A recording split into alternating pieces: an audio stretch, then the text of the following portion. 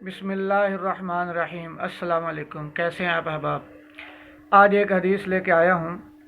अबू दाऊद शरीफ की हदीस है। हज़रत फ़ातिमा बिनते कैस रज़ी अल्लाह ताला अन्हा फरमाती हैं, एक दिन रसूलुल्लाह सल्लल्लाहु अलैहि वसल्लम के मुनादी को मैंने आवाज़ लगाते हुए सुना।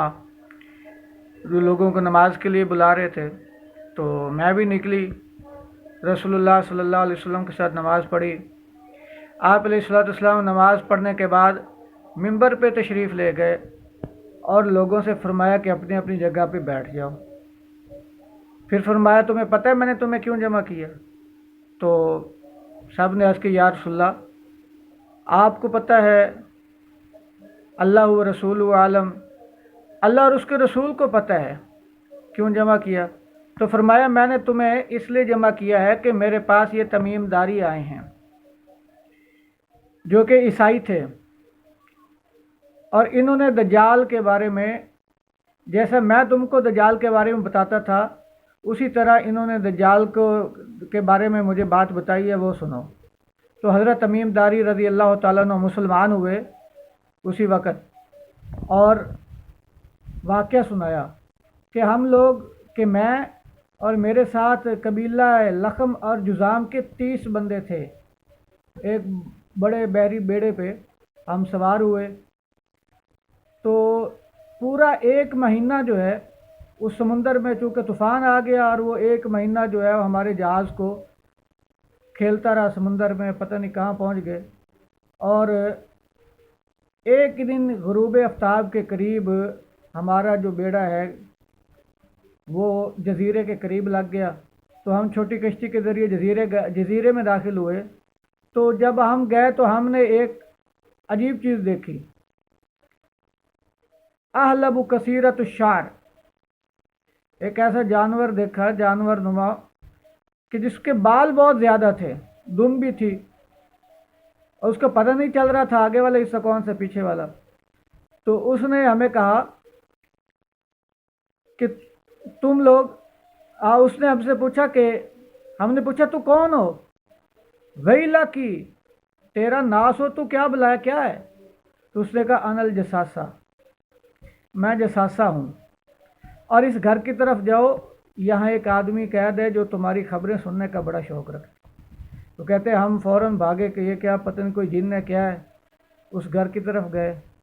जब देखा तो वहाँ एक बड़े जिस्म वाला और बड़ा मजबूत इंसान बंधा हुआ है, और उसके हाथ जो हैं ऐसे पीछे गर्दन के साथ बंधे हुए हैं।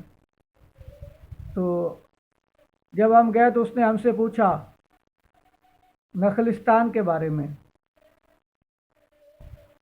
वो एक खजूरों के बागात हैं, उर्दन के करीब जगह है, उर्दन में जगह है। उसके बागात के बारे में पूछा कि वहाँ खजूरें उसके लग रही हैं दरख्तों के साथ। तो हमने कहा बहुत लग रही हैं, क्या करीब वो नहीं लगेंगी। और जुगर के चश्मे के बारे में पूछा कि बह रहा है, लोग उससे अपने खेतों को पानी लगा रहे हैं। तो हमने कहा लगा रहे हैं। तो कहा अब नहीं लगे, आहिस्ता आहिस्ता वो खुश्क हो जाएगा, वहाँ पानी नहीं मिलेगा। तो साहिब मौजमुल बुल्दान कहते हैं कि मैं गया हूँ, वो खजूरें तो ख़त्म हो चुकी हैं, सिर्फ 2 दरख्त थे वो भी सूखे हुए। उन्होंने, साहिब मौजमुल बुल्दान तारीख़ की किताब है, उन्होंने ये लिखा है।